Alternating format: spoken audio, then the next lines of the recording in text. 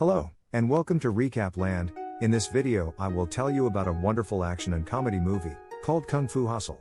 Enjoy, and watch out, spoilers ahead. Our story begins in a police station, where cops are attacked by leader of Crocodile Gang, who is angry because they arrested his wife for spitting in public. Soon he takes his wife and they all leave. Outside, he mentions how it's Sunday, but the street is deserted. The boss senses danger, but the station's doors are shut before they can retreat. They're now surrounded by men armed with black tuxedos and hand axes, appropriately called the Axe Gang.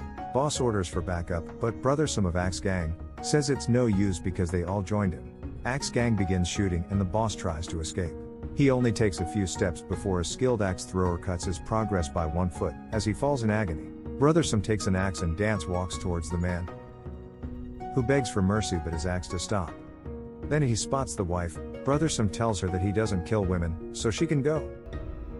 Behind her, he equips a shotgun and makes it kill the woman, technically keeping his promise. As the gang leaves, we see the commissioner with money he got for helping them. A montage plays, showing how the Axe Gang took over the city, mostly by killing their rivals.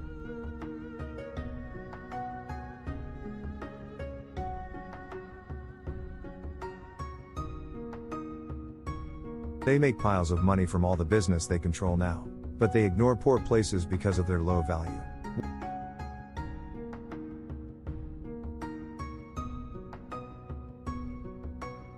One such place where people live in peace is Pigsty Alley. One resident is a strong man called Cooley. He can carry extremely heavy sacks with ease, including his own. A man called Taylor has a fabric shop.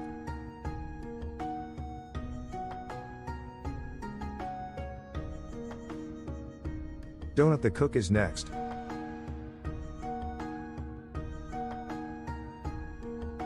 The man sitting near him, called Landlord, finishes his food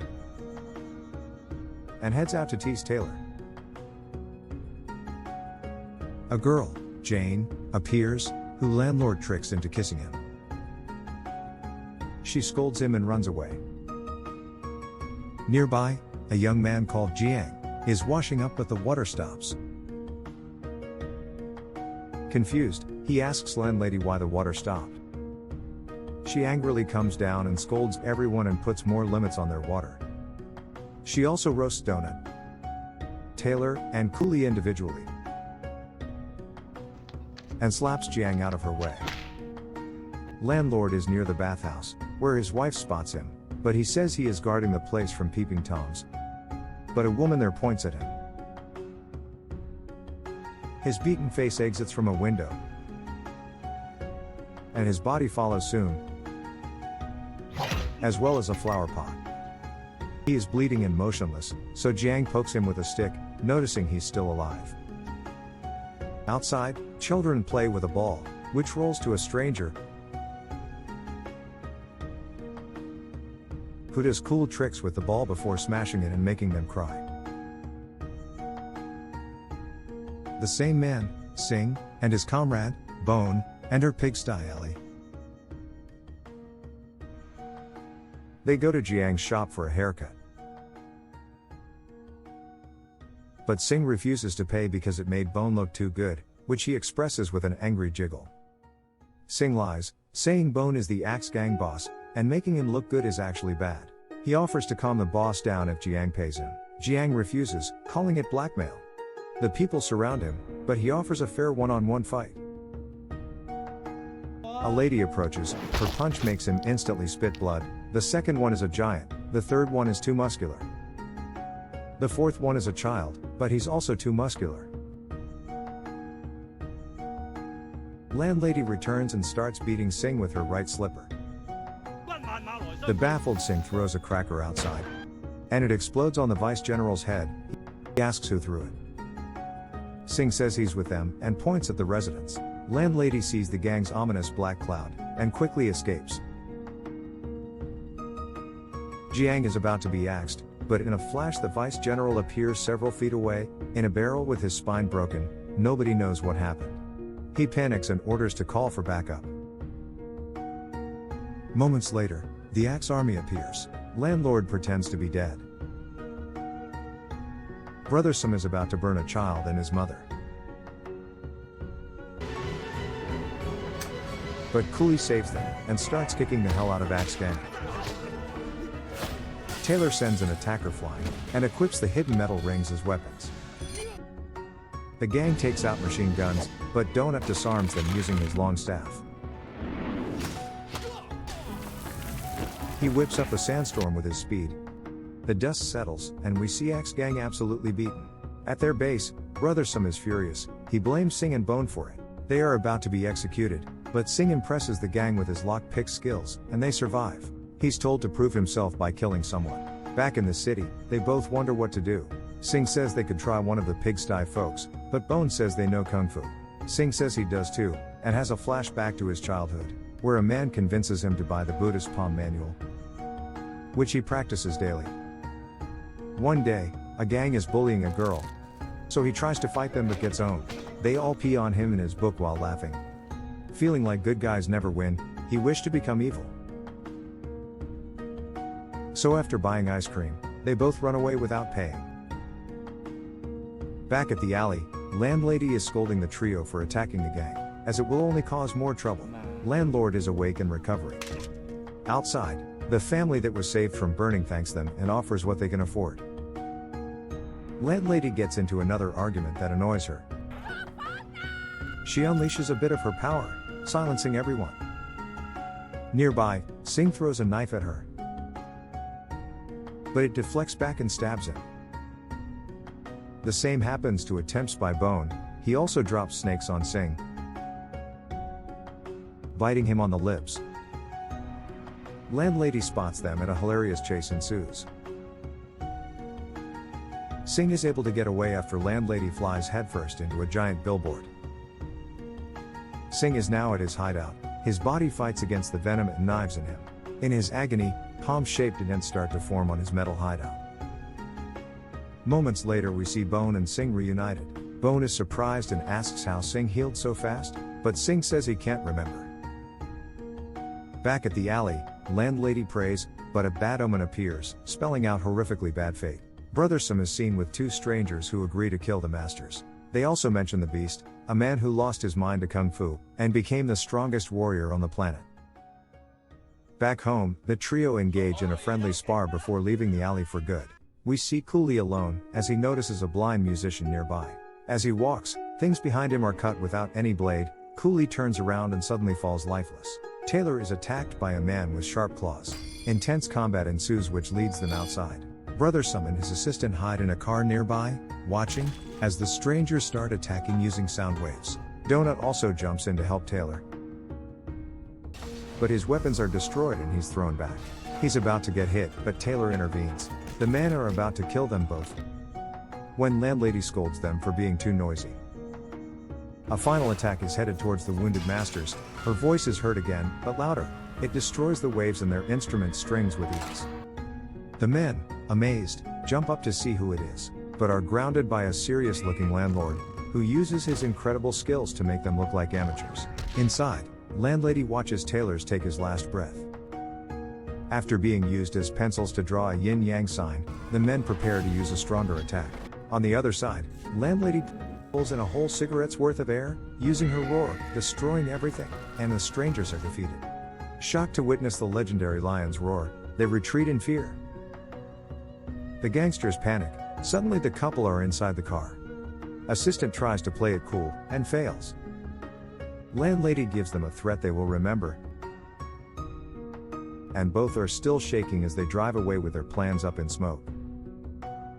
Back home, they console the wounded Donut. They lament not having done more, recalling their son, who was killed in a fight, which they still regret. Jiang wants to become a master, but she tells him the chance is only 1 in a million. Donut dies shortly after. Next morning in a bus, Sing threatens a man with snake stance, but he effortlessly beats both of them up. Frustrated, Sing scolds Bone for being too soft. Nearby he spots the ice cream girl and tries to rob her. Using his little knife, he threatens her while striking a neat pose. The girl begins gesturing him in sign language, Singh has the same flashback and we find out she is the girl from his childhood. Singh doesn't know how to act, so he runs away. Soon, two men pull up and take him to the assistant, who welcomes Singh into Axe Gang. Brothersome says there's a special mission just for him. Singh is taken to a mental asylum, where he is shown a map of the interior and Singh heads in alone. He gets close to the target, and a vision of a bloody river follows, but he continues. Behind the door, he finds an old goofy man sitting on a toilet. The man is brought to the base. He explains that he's bored, and only stayed in the asylum because he's killed many, but never found a worthy opponent. He offers to kill anyone for free, if they just find him a worthy enemy. Brothersome feels unconvinced, so he tells Singh to test the man, but no luck. Another man attacks, but also fails, so he does something to prove himself. He says in Kung Fu, speed is key. They are in awe and bow to him. The beast walks nearby and unleashes a kick that reveals the well-dressed couple. They share formal greetings, the gang comes closer, and landlady tells some she brought him a funeral bell as a gift. The combat begins, but the beast puts up more than a fight. He kicks landlord away when his wife comes up behind the man and uses the lion's roar. But the beast isn't affected. After realizing how dangerous he is, landlady breaks a part of the funeral bell while the beast tries to stop her. The couple successfully turn the bell into a megaphone, which enhances power of the lion's roar. The beast is brought to his knees and surrenders. They lower their guard when he uses the chance to attack them both with a hidden weapon, but they manage to lock him down. Brothersome orders Singh to help the beast, but Singh hits him instead. Then he strikes the beast. This enrages the man, throwing the couple away, punching Singh's face into the ground. But he attacks again with a tiny stick nearby. As he's about to be killed, the couple escape in a flash, taking Singh with them. Brothersome starts yelling again, so the beast makes him stop. They retreat to a temple, confused why Singh would risk his life to save them. He is barely alive, but draws a lollipop. The landlord reasonably wonders why he couldn't just write Chinese. After some time, the beast appears. He is now the leader of Axe Gang. The couple hope their herbs will help Singh recover. Within moments, the mummified Singh's bandages start to tear. And we see a similar thing outside near the beast. A butterfly emerges from its cocoon. He senses them nearby, and Axe Gang surround a door. Singh tells landlady to not smoke because she's hurt. He appears on the floor below. The assistant calls him a turncoat and orders the gang to kill Singh, but none are a match for him. He crushes multiple toes in a second. Very effective. He continues kicking the Axe Gang into the sky like they're footballs, and makes his way to the beast. They lock eyes. The beast says let's go, but Singh has already begun. The beast barely manages to land on his feet and strike back, with little success. He tries but is not able to match the speed, or the toe crush skills of Singh and gets punched away. He goes into toad style, and headbutts Singh through multiple walls. He returns to his toad posture and prepares for another attack. Singh notices this and starts leaping around the building to evade the attack. The beast launches but barely misses. Singh kicks multiple debris into the hole that was made, but realizes the beast is under him. He attacks again and launches Singh hundreds of meters into the sky. Upon regaining his balance thanks to an eagle, he notices the Buddha within the clouds and has an awakening.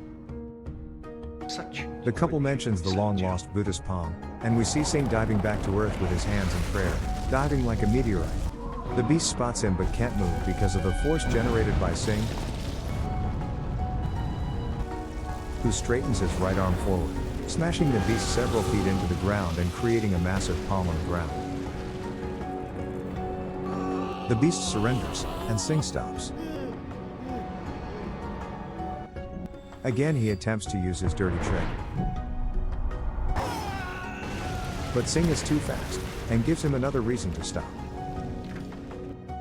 Singh takes the weapon, which looks like a lotus, and spins it into the air. The beast calmly asks what move was that, and Singh replies, if you want to learn, I will teach you. The beast breaks down in tears and fully accepts Singh as his master. bringing his search to an end. One petal from the lotus becomes a flower and flies to the ice cream girl. We see a feeling of relief in her eyes. Then she notices a large candy shop with Sing and Bone inside. Sing comes out to meet her, and they share a wonderful moment together, seeing each other as they were many years ago.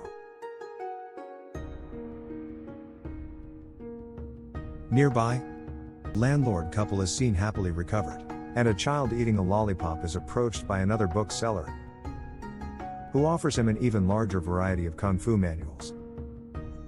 Thank you for watching.